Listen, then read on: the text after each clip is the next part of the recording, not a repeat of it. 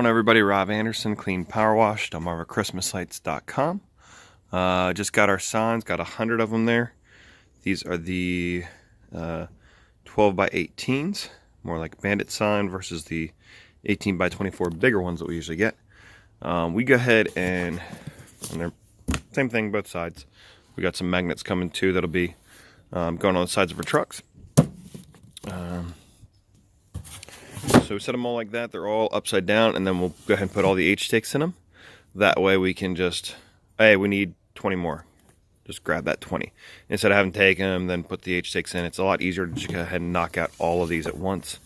I probably am going to need to order some more stakes, but I think we have enough here. We also use the smaller stakes.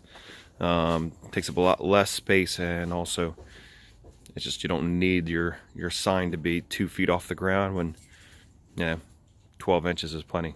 So anyways, have a great day, guys. See ya.